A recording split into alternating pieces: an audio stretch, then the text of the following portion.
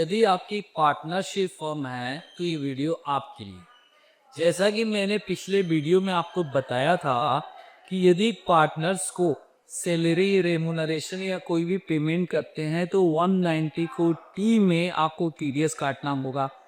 तो देश की अलग अलग स्थानों से प्रश्न आया कि क्या सर ब्याज जब देंगे तो भी टीडीएस काटना होगा? तो उत्तर है यस।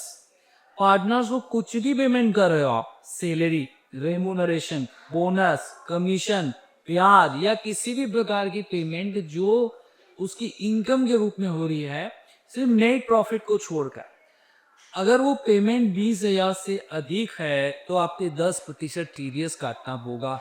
ये टीडीएस कब काटना है? जब आप उनको रियल में पेमेंट करते हैं या जर्नल एंट्री पास करते हैं, दोनों में से जो पहले आए आपको 10% टीडीएस काटना होगा।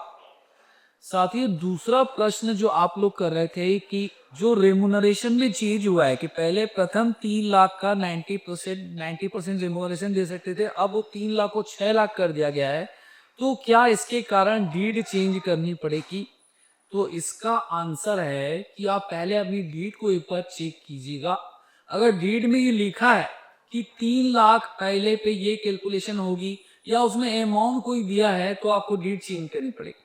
यदि आपकी डीड में ये लिखा है कि रेमुनरेशन की गणना as per income tax act की जाएगी तो आपको डीड चेंज करने की जरूरत नहीं है, क्योंकि इनकम टैक्स में चेंज होते रहेगा, उस हिसाब से आपकी रेमुनरेशन भी चेंज होगी।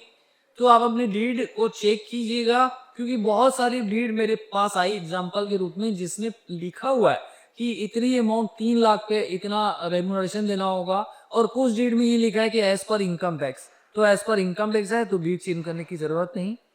आपको अभी दीपावली की शुभकामनाएं, खूब व्यापार कीजिए। नमस्ते।